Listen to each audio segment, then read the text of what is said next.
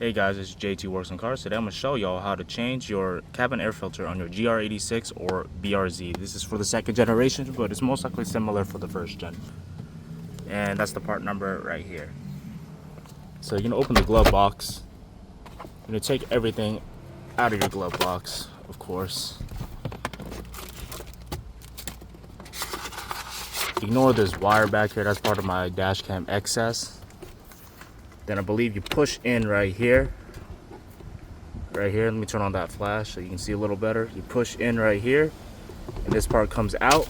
Then on the other side, you can do the exact same thing. You're gonna push in, or you're gonna pull in like that, and pretty much your center console drops down. I mean, your glove box drops down. All right.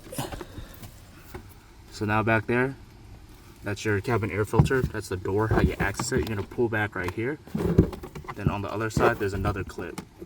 You're gonna push it to the left, then pull back.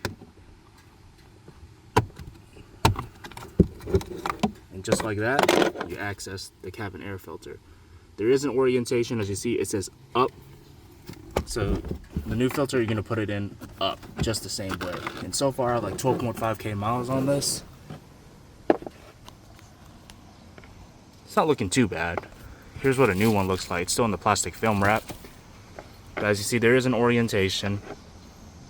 Pretty much, if your orientation is gone, the way you know is there's some mesh, almost like chicken wire in a sense.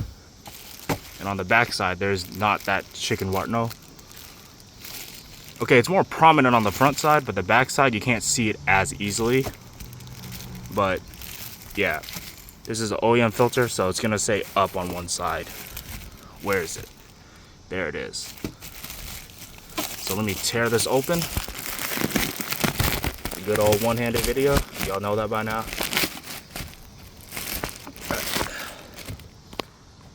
So remember, orientation's up. So we're gonna slide that new filter in.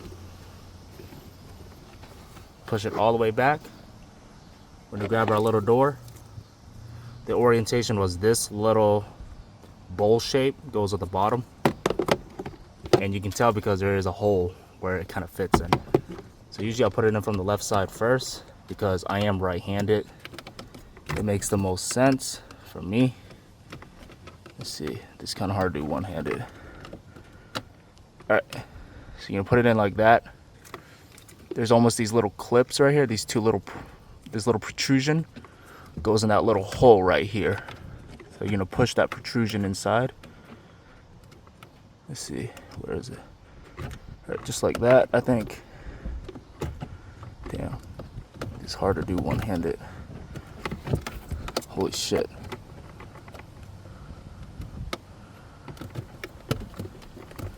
All right, so just like that, the cover's in, it doesn't come out.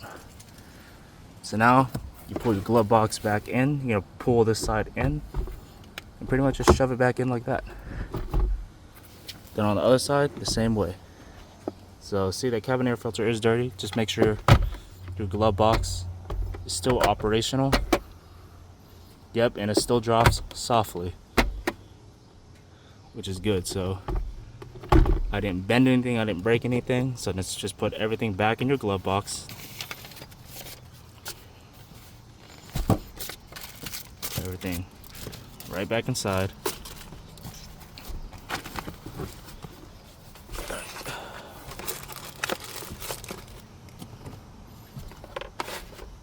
Alright, now that everything's back in the glove box, you're gonna close it.